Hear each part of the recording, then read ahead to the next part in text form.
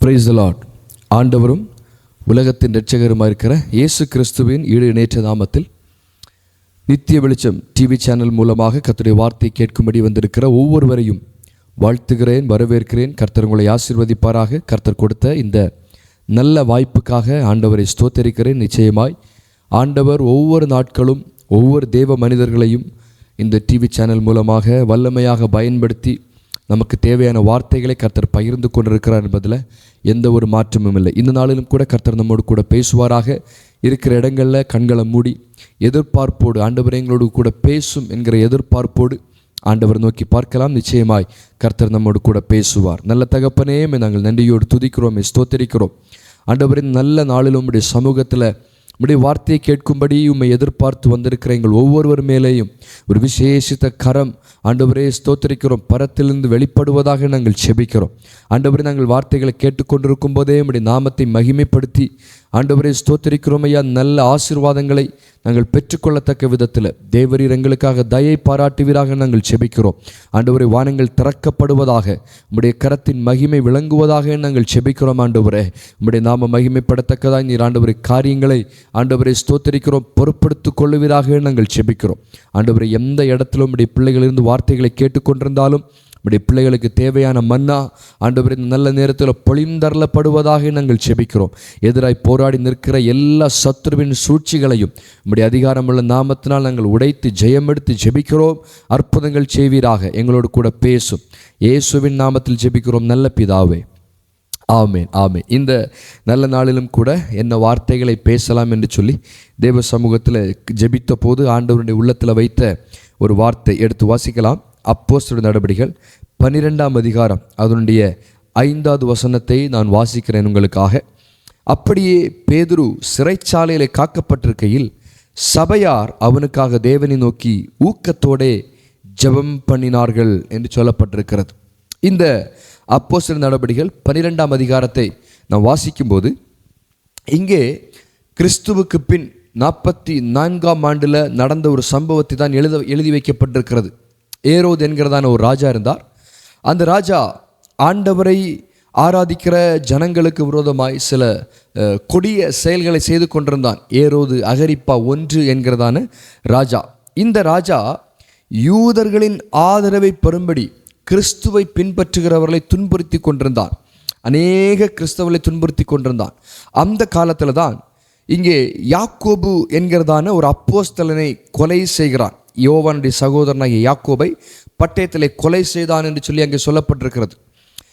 இது யூதருக்கு பிரியமாக இருக்கிறது என்று கண்டு பேதுருவையும் பிடிக்க தொடர்ந்தான். அந்த நாளில் இருந்த ஆலயத்தில், அந்த ஊழியத்தில் பேதுருவும் யாக்கோபும் செயல்பட்டு கொண்டிருக்கும் போது யாக்கோபை பிடித்து கொலை செய்கிறான். யூதர்களுக்கு பிரியமாக இருக்கிறது என்பதற்காக மீண்டும் பேதுருவை கொலை செய்ய பிடிக்க முயற்சி எடுக்கிறான். இந்த காலகட்டத்தில் தான் பேதுருவை பிடித்து சிறைச்சாலையில் காவலில் வைத்திருக்கும் போது சபையார் ஊக்கமாய் ஜெபிக்க ஆரம்பிக்கிறார்கள். இந்த நல்ல நேரத்திலும் நான் பேச விரும்புகிற செய்தியின் தலைப்பு, நாம் செயல்பட துவங்கினால் என்ன நடக்கும் என்பதை தான் நாம் தியானிக்க இருக்கிறோம். நிச்சயமாய் கர்த்தர் நம்மோடு கூட பேசுவாராக. எதிர்பார்ப்போடு இருந்தால் நிச்சயமாய் நான் நம்புகிறேன் ஒவ்வொருவரோடும் கர்த்தர் தெளிவாய் பேசுவார் என்பதில் எந்த ஒரு மாற்றமும் இல்லை. இங்கே இந்த சபையார் எந்த விதத்திலும் செயல்பட்டார்னு சொல்லி நாம் பார்க்கிறோம் என்று சொன்னால், எந்த விதத்தில் செயல்பட ஆரம்பிக்கிறார்னு சொல்லி பார்த்தோம் என்று சொன்னால், யாக்கோபை கொலை செய்த பின்பு பேதுருவை சிறைப்படுத்துகிறார்கள். பேதுருவை சிறைப்படுத்தின அந்த நேரத்தில் நாங்கள் செயல்படுவோம், நாங்கள் ஜெபிக்கிறவர்களாய் மாறுவோம், நாங்கள் இனி அமைதியாக இருக்க மாட்டோம் என்று சொல்லி அவர்கள் ஒரு செயலுக்குள் வருகிறதை நாம் பார்க்கிறோம். எப்படி ஜெபித்தார்கள், எப்படி செயல்பட்டார்கள் சொன்னால், ஒரு மனமாய் ஜெபத்திலே செயல்பட்டார்கள். ஒரு மனமாய் அங்கே சொல்லப்பட்டிருக்கிறது. பேதுரு சிறைச்சாலையில் காக்கப்பட்டிருக்கையில் சபையார் அவனுக்காக தேவனை நோக்கி ஊக்கத்தோடே ஜெபம் பண்ணினார்கள். அங்கே 1-2 மனிதர்கள் ஜெபித்ததாக சொல்லவில்லை, அத்தனை பேரும் ஜெபிக்கிறார்கள். ஒரே ஜெப குறிப்பு தான், எப்படியாகிலும் பேதுருவை மீட்டு கொண்டு வர வேண்டும் என்கிற ஜெப குறிப்பு தான். இரண்டாவது, எப்படி செயல்படுகிறார்கள் என்று சொன்னால், ஆவியின் ஏவுதலோடு செயல்படுகிறார்கள். அதுவரையிலையும் இப்படிப்பட்ட கூட்ட ஜெபம், ஊக்கமான ஜெபம், ஒரு மனமான ஜெபம் நடந்ததா என்று சொன்னால் வேதத்தில் சொல்லப்படவில்லை. நான் நம்புகிறேன் நடந்திருக்க வாய்ப்பில்லை. ஏனென்று சொன்னால் யாக்கோபை கொலை செய்த பின்பு பேதுருவையும் கொலை செய்து விடுவார்களோ என்கிற ஒரு அச்சம் அந்த இடத்துல உண்டான போது, சபையார் ஜெபிக்க வேண்டும் என்கிற ஒரு நிர்பந்தம் உண்டான போது ஆவியானுடைய ஏவுதல் ஒவ்வொருவருக்கும் உண்டாகிறது. ஒவ்வொருவரும் ஆவியின் ஏவுதலினால் ஜெபிக்க ஆரம்பிக்கிறார்கள். மூன்றாவது எப்படி செயல்படுகிறார்கள் என்று சொன்னால், விட்டுவிடக்கூடாது. பேதுருவை உயிரோடே காணும் வரையிலையும் நாம் சத்ருவின் கையில் விட்டுவிடக்கூடாது என்கிற வைராக்கியத்தோடு அவர்கள் செயல்பட துவங்குகிறார்கள். இந்த சபையார் எப்படி செயல்பட துவங்குகிறார்கள் சொன்னால், ஒரு மனதோடு செயல்பட துவங்குகிறார்கள். ஆவியின் ஏவுதலோடு செயல்பட துவங்குகிறார்கள். விட்டு கொடுக்கக்கூடாது என்கிற ஒரு வைராக்கியத்தோடு அவர்கள் செயல்பட துவங்குகிறார்கள். என்னை கேட்கிற அன்பு தேவ பிள்ளைகளே, நம்முடைய வாழ்க்கையில் ஆண்டவரை ஆராதிக்கிறோம், ஆலயத்துக்கு போகிறோம், எல்லாரும் போய் வருவதை போல நாமும் போய் வருகிறோம். யாரோ சொன்னார்கள், ஆலயத்துக்கு போனால் அற்புதம் நடக்கும், ஆலயத்துக்கு போனால் சுகம் கிடைக்கும், ஆலயத்துக்கு போனால் வறுமை மாறும். இப்படிப்பட்ட எண்ணங்களோடு சிலர் ஆலயத்துக்கு போகலாம். ஆனால் ஆண்டவர் சொல்லுகிறார், நீங்கள் செயல்பட துவங்குங்கள், நீங்கள் செயல்பட துவங்குங்கள். நீங்கள் செயல்பட துவங்கினால் நமக்காக தேவனே செயல்படுவதற்கு ஆயத்தமுள்ளவராக இருக்கிறார். அதைத்தான் நாம் தியானிக்க இருக்கிறோம். ஆமாம், இங்கே ஆதி திருச்சபையில் இப்படி செயல்பட்டார்கள். ஒரு மனமாய் ஆவியின் ஏவுதலோடு வைராக்கியத்தோடு செயல்பட்டார்கள். அப்படிப்பட்ட ஒரு கிருபை நம்முடைய வாழ்க்கையிலையும் கர்த்தர் பொழிந்தருளுவாராக. இவர்கள் செயல்பட துவங்கின போது என்ன நடந்தது என்பதை மட்டும் நாம் தியானித்து ஜெபிக்கலாம். கர்த்தர் நமக்கு கிருபை தருவாராக. இவர்கள் செயல்பட துவங்கின போது பரலோகம் செயல்பட துவங்கினது. அதே 12ஆம் அதிகாரம் 7வது வசனத்தை வாசிக்கும் போது, அப்பொழுது கர்த்தருடைய தூதன் அங்கே வந்து நின்றான். அறையிலே வெளிச்சம் பிரகாசித்தது. அவன் பேதுருவை விலாவிலே தட்டி, சீக்கிரமாக எழுந்திரு என்று அவனை எழுப்பினான். அங்கே வார்த்தை சொல்லப்பட்டிருக்கிறது, அப்பொழுது கர்த்தருடைய தூதன் அங்கே வந்து நின்றான். அன்பு தேவ பிள்ளைகளே, இந்த சபை யாக்கோபை பிடித்து கொண்டு போகும்போது ஜெபித்ததாக வேதத்தில் சொல்லப்படவில்லை. யாக்கோபை கொலை செய்த போது வேதத்திலே சபை ஜெபித்ததாக சொல்லப்படவில்லை. பரலோகம் செயல்பட்டதாக சொல்லப்படவில்லை. ஆனால் இந்த ஜனங்கள் ஜெபிக்க வேண்டும், இனி விட்டுவிடக்கூடாது என்கிற ஒரு வைராக்கியத்தோட எழும்பி செயல்பட ஆரம்பித்த போது அங்கே சொல்லப்பட்டிருக்கிறது, கர்த்தருடைய தூதன் அங்கே வந்து நின்றார். இந்த பேதுருவை வகுப்புக்கு 4 போர் சேவகராக ஏற்படுத்திய 4 வகுப்புகளின் வசமாய் ஒப்புவித்து சிறைச்சாலையில் காக்கப்பட்டு கொண்டிருக்கிறார். அந்த சிறைச்சாலையில் காக்கப்பட்டிருக்கிற இடத்துல எந்த மனிதனும் பிரவேசிக்க முடியாது. எந்த மனிதனும் பிரவேசிக்க முடியாது. யாரும் முயற்சி எடுத்து பேதுருவை விடுவிக்க முடியாது. ஆனால் ஒரு சபை இருக்கிற இடத்துல இருந்து அவர்கள் ஜெபத்திலே செயல்பட துவங்கின போது, ஜெபிக்கிறவர்களாய் மாற துவங்கின போது அங்கே சொல்லப்பட்டிருக்கிறது, பரலோகம் அவர்களுக்காக தூதனை அனுப்பி அந்த பேதுருவை விடுவிக்கும்படியான காரியத்திற்குள்ளாக செயல்பட ஆரம்பித்தது. அன்பு தேவ பிள்ளைகளே, நீங்கள் செயல்பட துவங்கினால் உங்களுக்காக பரலோகம் செயல்படும் என்பதை நீங்கள் ஒரு நாளும் மறந்து போய்விடக்கூடாது. நான் நம்புகிறேன், ஜெபத்தில் அடுத்த கட்ட செயல்பாடுக்குள்ள நாங்கள் பிரவேசிக்க விரும்புகிறோம், அடுத்த கட்ட செயல்பாடை நாங்கள் எடுக்க விரும்புகிறோம் அப்படின்னு சொல்லி செயல்பட துடிக்கிற, செயல்பட விருப்பமுள்ள யாரோ சிலரை பார்த்து ஆண்டவர் சொல்லுகிறார், நீங்கள் பயப்படாதிருங்கள், தைரியமாய் செயல்படுங்கள், உங்களுக்காக பரலோகமே செயல்பட போகிறது. நான் இப்படி சொல்ல விரும்புகிறேன், நான் முயற்சி எடுக்க ஆரம்பிக்கும் போது என் முயற்சியோடு கூட பரலோகத்தின் முயற்சியும் இணைந்து செயல்படும் போது அங்கே பயங்கரமான தேவ செயல் வெளிப்பட போகிறது. இருக்கிற இடத்துல ஒரு நிமிஷம் கண்ணை மூடி, ஆண்டவரே எங்களுக்காக பரலோகம் செயல்படுவதாக, நாங்கள் யார் எங்களுக்காக என்ன செய்வார்கள் என்கிற கேள்விக்குறியோடு செயல்படாமல் முடங்கி போன நாட்கள் உண்டு. ஆனால் இந்த நேரத்தில் நாங்கள் தீர்மானம் எடுக்கிறோம், எங்களுக்காக பரலோகம் செயல்பட ஆரம்பிக்குமானால் நாங்கள் செயல்பட முன் வருகிறோம் ஆண்டவரே, நாங்கள் செயல்பட முன் வருகிறோம் ஆண்டவரே. முன் வருகிற யாரோ சிலருக்காய் இந்த நல்ல நேரத்தில் பரலோகத்திலிருந்து அவர் தம்முடைய தூதர்களை அனுப்புகிறார். Thank you Jesus. ஆம் அன்பு தெய்வ பிள்ளைகளே, நான் இப்படி சொல்ல விரும்புகிறேன், ஒருவேளை நான் செயல்பட துவங்கினா, நான் செயல்பட துவங்கின பாதியிலே என்னுடைய செயல் நின்று போக வாய்ப்பு இருக்கிறது. நான் செயல்பட துவங்கினால் என் முயற்சிகள் தோற்று போக வாய்ப்பு இருக்கிறது. எனவே நான் என்னுடைய செயலை முடக்கி வைத்திருக்கிறேன் என்று அங்கலாய்த்து கொண்டிருக்கிற அப்படிப்பட்ட ஒரு கேள்விக்குறியோடு, அப்படிப்பட்ட ஒரு அவல நிலையோடு இருக்கிற யாரோ சிலரை பார்த்து ஆண்டவர் சொல்றார், நீ தைரியமா செயல்படு, நீ செயல்பட ஆயத்தம் என்று சொன்னால் பரலோகமும் உனக்காக செயல்பட ஆயத்தம். அங்க பாருங்க, பேதுருவை விடுவிப்பதற்கு எந்த மனிதனாலும் போக முடியாது. ஏரோது அகிரிப்பாவிடத்தில் போய் யாரும் பேச முடியாது. அவன் யூதரை பிரியப்படுத்தும்படி, யாரோ சில மனிதர்களை பிரியப்படுத்தும்படி பேதுருவை சிறைப்படுத்தி வைத்திருக்கிறான். ஆனால் ஆண்டவர் சொல்றாரு, ஒரு சபை ஜெபிக்க ஆரம்பித்த போது, ஒரு சபை செயல்பட ஆரம்பித்த போது, அந்த சபைக்காக பரலோகமே செயல்பட ஆரம்பித்தது உண்மையானால், தெய்வ பிள்ளைகளே, நீங்கள் செயல்பட துவங்குங்கள். உங்களுக்காக பரலோகம் செயல்பட போகிறது. இரண்டாவதாக, இவர்கள் செயல்பட துவங்கினது போது என்ன நடந்தது என்று சொன்னால், அங்கே அதே 7வது வசனத்தில், 12ஆம் அதிகாரம் 7வது வசனத்தில் அங்கே சொல்லப்பட்டிருக்கிறது, சங்கிலிகள் அவன் கைகளிலிருந்து விழுந்தது என்று சொல்லப்பட்டிருக்கிறது. நமக்கு தெரியும், சிறைச்சாலையில் சிறைப்படுத்துகிற சிறை கைதிகளை சங்கிலிகளால் கட்டி வைத்திருப்பார்கள். அப்போஸ்தலர் நடபடிகள் 16ஆம் அதிகாரத்தை வாசிக்கும் போது அங்கே ஒரு சம்பவம் சொல்லப்பட்டிருக்கிறது. பவுலையும் சீலாவையும் அங்கே மரத்திலே கட்டி வைத்தார்கள் என்று சொல்லப்பட்டிருக்கிற, சங்கிலிகளினால் கட்டி வைத்தார்கள் என்று சொல்லப்பட்டிருக்கிறது. அன்பு தெய்வ பிள்ளைகளே, ஆம், இந்த வார்த்தை இப்படி தெளிவாய் சொல்லுகிறது. இவர்கள் செயல்பட துவங்கின போது அவருடைய கைகளில் இருந்த சங்கிலிகள் கலந்து விழுந்தது என்று சொல்லப்பட்டிருக்கிறது. அப்போஸ்தலர் நடபடிகள் 12ஆம் அதிகாரம் 7வது வசனம் நான் வாசிக்கிறேன். அப்பொழுது கர்த்தருடைய தூதன் அங்கே வந்து நின்றான். அறையிலே வெளிச்சம் பிரகாசித்தது. அவன் பேதுருவை விலாவிலே தட்டி, சீக்கிரமாய் எழுந்திரு என்று அவனை எழுப்பினான். உடனே சங்கிலிகள் அவன் கைகளிலிருந்து விழுந்தது என்று சொல்லப்பட்டிருக்கிறது.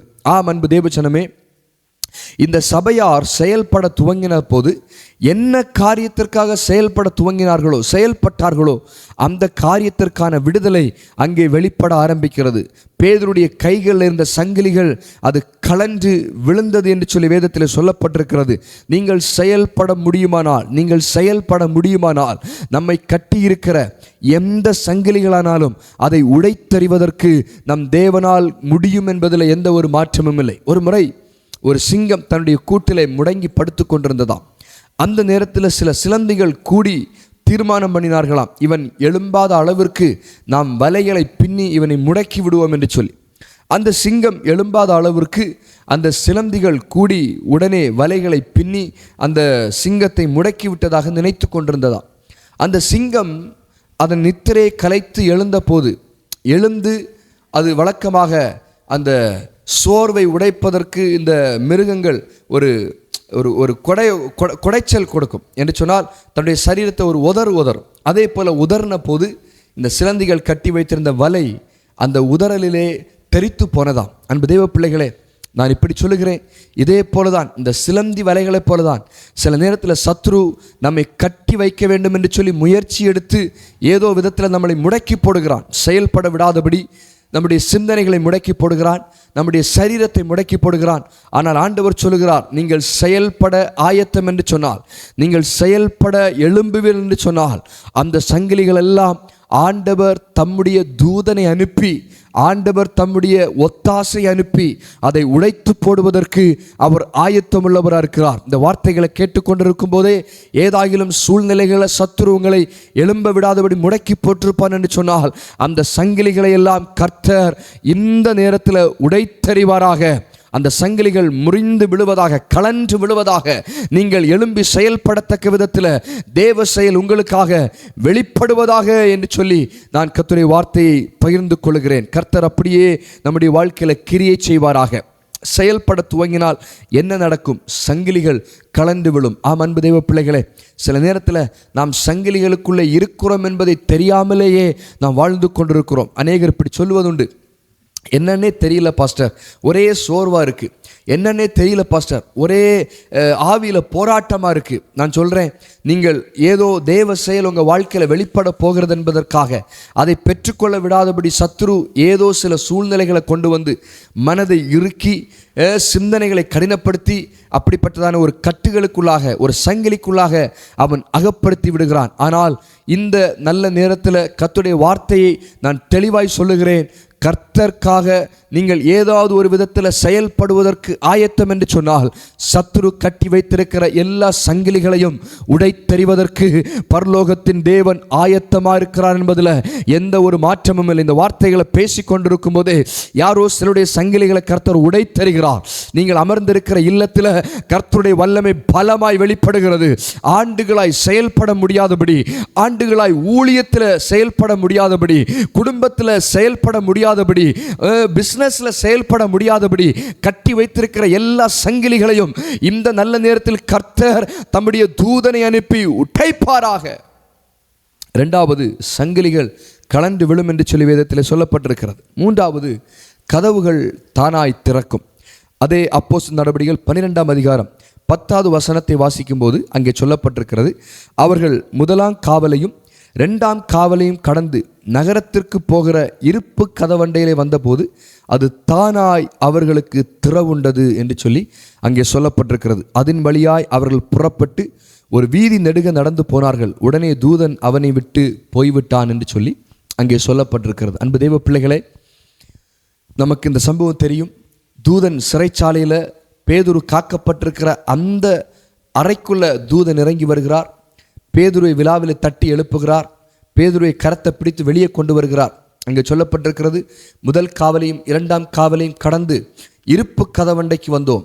நமக்கு தெரியும், சிறைச்சாலைகளில், அதுவும் பழைய காலத்து சிறைச்சாலைகள் எல்லாம் மிகப்பெரிய கதவுகளை வைத்திருப்பார்கள். 2 பேர் 3 பேர் சேர்ந்து தான் அதை திறக்க முடியும். அவ்வளவு எளிதில் அது திறந்து விட முடியாது. இரும்பில் செய்து வைத்திருப்பார்கள். இங்கே அதைத்தான் இங்கே சொல்லப்பட்டிருக்கிறது. இருப்பு கதவண்டை வந்தபோது அது தானாய் திறந்தது. நான் இப்படி சொல்லுகிறேன், நீங்கள் செயல்பட துவங்குவீர்களானால் உங்களுக்கு முன்பதாக அடைக்கப்பட்டிருக்கிற எல்லா வாசல்களும் அது தானாய் திறக்கும் என்பதை நீங்கள் மறந்து போய்விடக்கூடாது. வேதத்தில் இந்த பேதுரு அப்போஸ்தலனை தூதன் கரத்தை பிடித்து இழுத்து கொண்டு வரும்போது, புறப்பட்டு சிறைச்சாலைக்கு வெளியே கொண்டு வரும்போது இந்த சம்பவம் நிகழ்ந்தது உண்மையானால், இந்த வார்த்தைகளை கேட்டுக்கொண்டிருக்கிற அத்தனை பேருக்கும் ஆண்டவர் சொல்ல விரும்புகிற காரியம் அதுதான். நீங்கள் செயல்பட துவங்குங்கள், உங்களுக்கான வாசல்கள் தானாய் திறக்கும், தானாய் திறக்கும். என்ன காரியத்திற்கு முயற்சி எடுத்தாலும் அடைக்கப்பட்ட வாசல்களைப் போல நாம் பார்த்து கொண்டிருக்கிறோம். முயற்சி எடுக்கும், ஆனால் வாசல்கள் திறக்கப்படவில்லை. யாராவது ஒரு தகவல் சொல்லுகிறார்கள். அந்த தகவலை கேட்டு அடுத்த கட்ட நடவடிக்கையை நாம் எடுக்கலான்னு முயற்சி எடுத்து போகும்போது அங்கேயும் அடைக்கப்பட்ட வாசல். சில நேரத்தில் கர்த்தரே வாக்கு தத்தத்தை கொடுக்கிறார். நீ எழுந்து செயல்படு, நான் உனக்காக இதை செய்ய போகிறேன். அந்த வாக்கு தத்தத்தை எடுத்துட்டு நாம் புறப்பட்டு போனாலும் அங்கே நாம் பார்க்கிறது அடைக்கப்பட்ட வாசல்.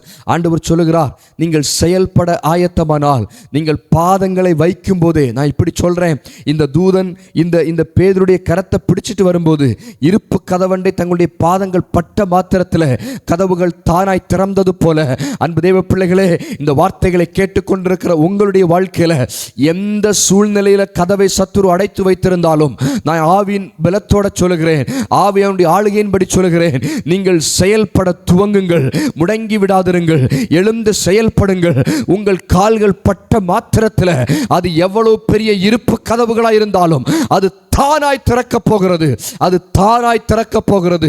ஏனென்று சொன்னால், இங்கே சபைகள் செயல்பட துவங்கின போது கர்த்தர் பேதுருவுக்காக வாசலை தானாய் திறந்தார் என்று சொல்லி வேதத்தில் சொல்லப்பட்டிருக்கிறது. நம்முடைய வாழ்க்கையிலையும் அதை கர்த்தர் திறப்பார்.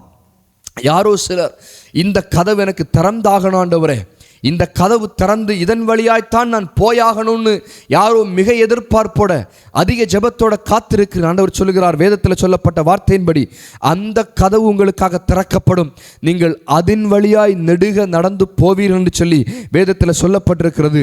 உங்களுக்காக கர்த்தர் வாசலை நிச்சயமாய் திறப்பார்.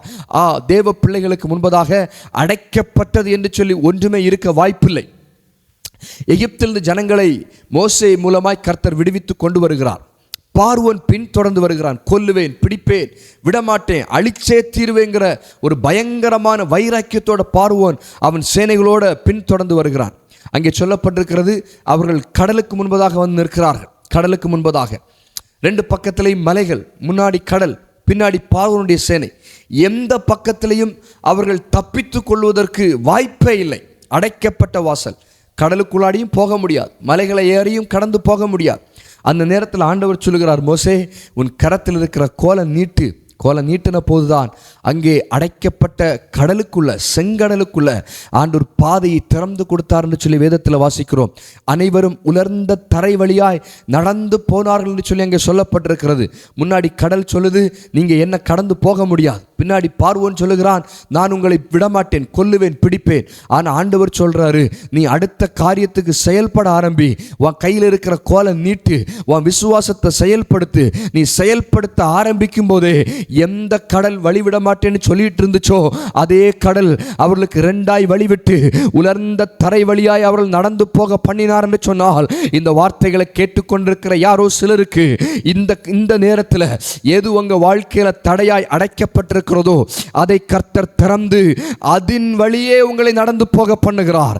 சில நேரத்தில் பினான்சியல் சைடில் ஒரு பெரிய அடைக்கப்பட்ட நிலையை நீங்க உணர்ந்து கொண்டிருக்கலாம். பினான்சியல் வழிகள் எல்லாம் அடைக்கப்பட்ட நீங்க பார்த்திருக்கலாம். ஆனா இன்னைக்கு தேவனுடைய பலத்தில் சொல்றேன், கர்த்தர் நீங்கள் செயல்படுங்கள் என்று சொல்லுகிறார். நீங்கள் செயல்பட ஆயத்தம் என்று சொன்னால் அவர் வழியை திறப்பதற்கு ஆயத்தம். மூன்றாவது, கதவுகள் தானாய் திறக்கும் என்பதை ஆண்டவர் சொல்லுகிறார். நீங்கள் செயல்பட துவங்கினால் கதவுகள் தானாய் திறக்கும். நான்காவது, செயல்பட துவங்கினால் எதற்காக நாம் ஜெபித்தோமோ அதற்கான பதிலை பார்க்க முடியும் என்பதை வேதம் நமக்கு கற்றுக் கொடுக்கிறது. அதே அப்போஸ்தலர் நடபடிகள் 12ஆம் அதிகாரம் 11வது வசனத்தை வாசிக்கும் போது, பேதுருவுக்கு தெளிவு வந்தபோது, ஏரோதின் கைக்கும் யூத ஜனங்களின் எண்ணங்களுக்கும் என்னை விடுதலையாக்கும்படி கர்த்தர் தம்முடைய தூதனை அனுப்பினார் என்று நான் இப்பொழுது மெய்யாய் அறிந்திருக்கிறேன் என்றான். 16வது வசனத்தை வாசிக்கும் போது, பேதுரு பின்னும் தட்டி கொண்டிருந்தான். அவர்கள் திறந்த போது அவனை கண்டார்கள். இங்கே ஒரு வீட்டில் ஒரு சபையார் கூடி ஜெபித்து கொண்டிருக்கிறார்கள். பேதுருவை எப்படியாகிலும் நாங்கள் காண வேண்டும், விடுவிக்கப்பட வேண்டும். பேதுரு விடுதலையாக்கப்பட்டு எங்கள் கண்களுக்கு முன்பாக வர வேண்டும். மீண்டும் எங்களுக்கு பேதுரு நல்ல ஒரு ஊழியக்காரனாக செயல்பட வேண்டும் என்கிற வைராக்கியத்தோடு ஜெபித்து கொண்டிருந்தார்கள். இவர்கள் செயல்பட துவங்கின போது இவர்களுடைய செயல்பாடுகளை கர்த்தர் பார்த்து, இவர்கள் என்ன காரியத்திற்காக ஜெபித்தார்களோ அதற்கான பதிலை ஆண்டவர் அவர்களுக்கு கட்டளையிட்டார் என்று சொல்லி வேதத்திலே நாம் வாசிக்கிறோம். அன்பு தேவ பிள்ளைகளே, உங்களுக்கான பதில் நீங்கள் செயல்பட துவங்குவீர்களானால் உங்கள் கதவுகளை தட்டி கொண்டிருக்கும் என்பதை நீங்கள் மறந்து போய்விடக்கூடாது. கடைசியாக, இவர்கள் செயல்பட துவங்கின போது என்ன நடந்தது என்று சொல்லி நாம் ஜெபிக்க போகிறோம். நாமும் செயல்பட துவங்கும் போது ஆண்டவர் நமக்கான அற்புதங்களை செய்வார் என்பதில் எந்த ஒரு மாற்றமும் இல்லை. செயல்பட துவங்கின போது சத்துரு தன் எல்லையை விட்டு விலகி போனான் என்று சொல்லி பார்க்கிறோம். அப்போஸ்தலர் நடபடிகள் 12ஆம் அதிகாரம் அதனுடைய 19வது வசனத்தில் சொல்லப்பட்டிருக்கிறது, ஏரோது அவனை தேடி காணாமற் போன போது காவற்காரரை விசாரணை செய்து அவர்களை கொலை செய்யும்படி கட்டளையிட்டு பின்பு யூதேயா தேசத்தை விட்டு செசரியா பட்டணத்துக்கு போய் அங்கே வாசம் பண்ணினான். அந்த நாளில் ஆண்டவர் ஆராதிக்கிற தெய்வ பிள்ளைகளுக்கு விரோதமாய் எதிராளியாக இருந்த ஒரு மனிதன் இந்த ஏரோது. இந்த ஏரோதை பற்றி அங்கே சொல்லப்பட்டிருக்கு. அவன் வாசம் பண்ணின எல்லையை விட்டு விலகி போனான் என்று சொல்லி அங்கே சொல்லப்பட்டிருக்கிறது. அன்பு தெய்வ பிள்ளைகளே, நாம் செயல்பட ஆயத்தம் என்று சொன்னால் நம்மை பின்தொடர்ந்து கொண்டு வருகிற சத்துருவாகிய சாபமாக இருக்கட்டும், நமக்கு ஒரே சத்துரு பிசாசு தான், சாபமாக இருக்கட்டும், நம்மை பின்தொடர்ந்து வருகிற பாவமாக இருக்கட்டும், பிசாசின் கிரியைகளாக இருக்கட்டும், நான் இப்படி வசனத்தின் வெளிப்பாட்டில் நின்று ஆவியில் விசுவாசித்து சொல்கிறேன், நம்முடைய எல்லைகளில் அது கிரியை செய்யாத அளவுக்கு எல்லைகளை விட்டு கர்த்தர் அவைகளை அப்புறப்படுத்துவார் என்பதில் எந்த ஒரு மாற்றமும் இல்லை. அன்பு தெய்வ பிள்ளைகளே, நாம் செயல்பட வேண்டும் என்பதை ஆண்டவர் விரும்புகிறார். எப்படி செயல்பட்டார்கள்? ஜெபத்திலே செயல்பட்டார்கள், ஒரு மனமாய் ஜெபித்தார்கள், ஆவியின் ஏவுதலோடு ஜெபித்தார்கள், தைரியத்தோடு விட்டு கொடுக்க கூடாது என்கிற வைராக்கியத்தோடு ஜெபித்தார்னு சொல்லி நாம் பார்த்தோம். இந்த ஜெபத்தின் இந்த செயல்பாட்டின் விளைவு என்ன? பரலோகம் செயல்பட துவங்கினது. சங்கிலிகள் தானாய் கலந்து விழுந்தது, கதவுகள் தானாய் திறந்தது. எதற்காக ஜெபித்தார்களோ அதன் பதிலை அவர்கள் கண்டார்கள்.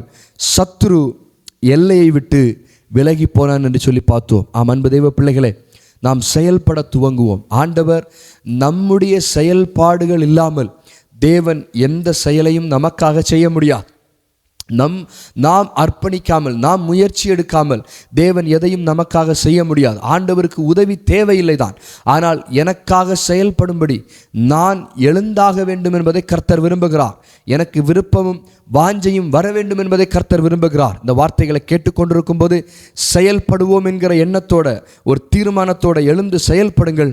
நிச்சயமாய் கர்த்தர் இதுவரை இல்லாத பலத்த கிரியைகளை செய்வாராக. நிச்சயமாய் அந்த பின்தொடர்ந்து வருகிற சத்துருவை எல்லைகளை விட்டு அப்புறப்படுத்துவாராக. நிச்சயமாய் உங்கள் ஜெபத்திற்கான பதிலை உங்கள் வாசல்களை கர்த்தர் கொண்டு வருவாராக. நிச்சயமாய் சங்கிலிகள் கலந்து விழுவதாக. இருக்கிற இடத்துல கண்களை மூடி நாம் ஆண்டவரை நோக்கி பார்க்கலாம். நல்ல தகப்பனே, உம்மை நாங்கள் நன்றியோடு துதிக்கிறோம். நல்ல வார்த்தைகளை நாங்கள் கேட்டோம் ஆண்டவரே.